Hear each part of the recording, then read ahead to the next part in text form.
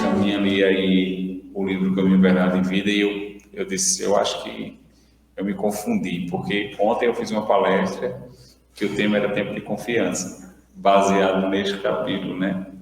E hoje a gente foi para outra temática, mas quando ele leu, eu disse, será se hoje é tempo de confiança de novo? E eu estou lembrado.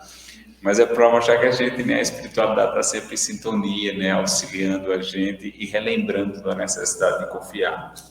Mas hoje nós escolhemos falar um pouco sobre a família, e principalmente no processo em que a família pode nos auxiliar. Por isso que a temática é família, o meu caminho para a cura, mas trazendo sobre essa perspectiva do que seria curar-se e do papel da família neste processo de auxiliar nesta cura. Nós lembramos muito quando Jesus chega para nós e fala que ele não veio para os sãos, mas sim veio para os doentes. E talvez nós possamos observar nessa fala do Mestre Jesus, dizendo, como pode, né, Jesus dizer que vem para os doentes se eu não me encontro debilitado, se eu não me encontro doente? Quer dizer que só aqueles que estão passando por enfermidade, só aqueles que estão, por exemplo, internados, passando por problema de saúde, são esses, na verdade, para quem Jesus veio. E aí a gente precisa ir um pouco mais além da compreensão do Mestre, né? Quando ele fala que veio para os doentes, ele está falando no sentido moral, ele está falando daqueles que ainda têm as suas imperfeições. E nós, se estamos aqui encarnados no mundo de provas e expiações, sabemos que não somos espíritos perfeitos. Ainda temos as nossas imperfeições, nossas paixões, nossas vicissitudes. E a partir daí a gente pode olhar e compreender que Jesus veio também para a gente. A diferença, na verdade, é que o Mestre vem não especificamente para quem está doente, mas vem para aquele que se vê doente. E muitas vezes, nós não nos vemos doentes, nós não nos vemos necessitando do amor de Jesus para conosco, dos seus ensinamentos para conosco. Nos achamos, muitas vezes, autossuficientes nas nossas questões diárias e principalmente nas demandas que são colocadas na nossa vida, e uma dessas demandas é o nosso núcleo familiar. Claro que quando nós falamos sobre o processo de adoecimento, hoje nós vamos observar uma ampliação do que significa doença. A Organização Mundial de Saúde já fala em doença, ou já fala em saúde, na verdade, como o bem-estar biopsicossocial do sujeito, então, no sentido biológico, no sentido psicológico e no sentido social.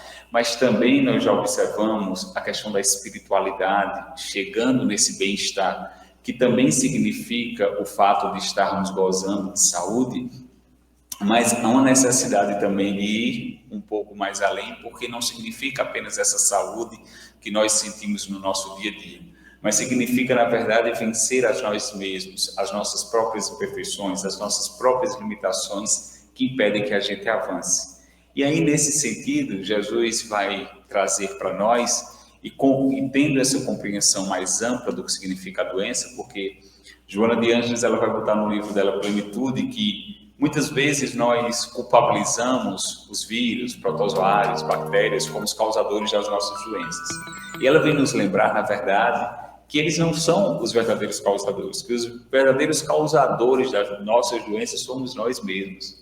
E ela vai dizer que esses vírus, bactérias, protozoários, eles se aproveitam da nossa baixa carga magnética ou energética e as nossas células passam a ficar muito mais vulneráveis à ação desses mecanismos. E aí nós podemos observar e ampliar também a nossa visão quanto ao tema doença e quanto ao tema saúde.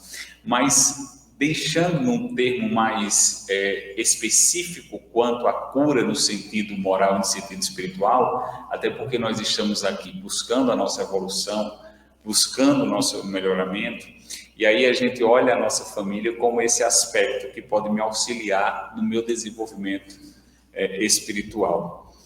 Mas muitas das vezes nós olhamos para a família e dizemos assim, como essas pessoas que convivem comigo, ou como você traz essa temática, de como a família pode me auxiliar nesse processo.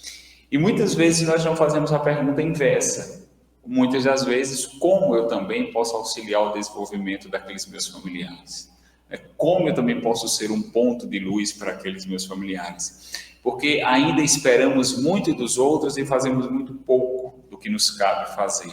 E dentro do núcleo familiar isso também acontece. Esperamos que os outros nos entendam, que os outros nos amem, que os outros nos acolham, mas dificilmente também entendemos, acolhemos, escutamos aqueles que estão conosco. Então, esquecemos que estamos aqui muito mais para servir do que para ser servido. E dentro da família isso também precisa ser colocado em questão. Às vezes achamos, e hoje eu fazia um estudo pela manhã e falava sobre a questão do óbolo da viúva, né, do que nós podemos dar, do que nós podemos doar para as pessoas, porque achamos muitas vezes que nós não temos condições de doar nada, porque na verdade eu não entendo ainda da doutrina espírita, porque eu ainda não entendo do evangelho, porque eu não tenho condições financeiras, porque eu sou muito atarefado, e aí eu não posso dar nada, e aí a gente se engana muitas vezes. Para fazer o bem basta boa vontade de fazer o bem, e a gente vai encontrar que todos nós temos o que doar para alguém. E dentro da família isso não é diferente, né? Ser esse ponto também de equilíbrio dentro da família. A gente olha para a família e diz assim, mas minha família é um bocado de desequilibrado. Então, se você acha que você é o único equilibrado, equilibre sua família, né? Tem essa missão de equilíbrio dentro da sua família, do seu lar. Então, fazer esse processo de cura também é auxiliar aqueles que estão ao seu lado. Como falamos inicialmente aqui, estamos no mundo de provas e expiações, então, consequentemente, somos espíritos imperfeitos. Mas nos vemos muitas vezes como espíritos perfeitos. De vez em quando é que a gente erra, mas não é o inverso. Somos espíritos imperfeitos e de vez em quando a gente ali está acertando. Então, como somos espíritos imperfeitos, e aí você imagina só, você é colocado dentro de um lar com vários espíritos imperfeitos e você está esperando ter e sentir o maior dos sentimentos, que é o amor. Então, como é um bocado de espíritos imperfeitos tentando amar-se, vai dar confusão. E acaba dando confusão verdadeiramente. E isso ocorre com muita frequência dentro do lar.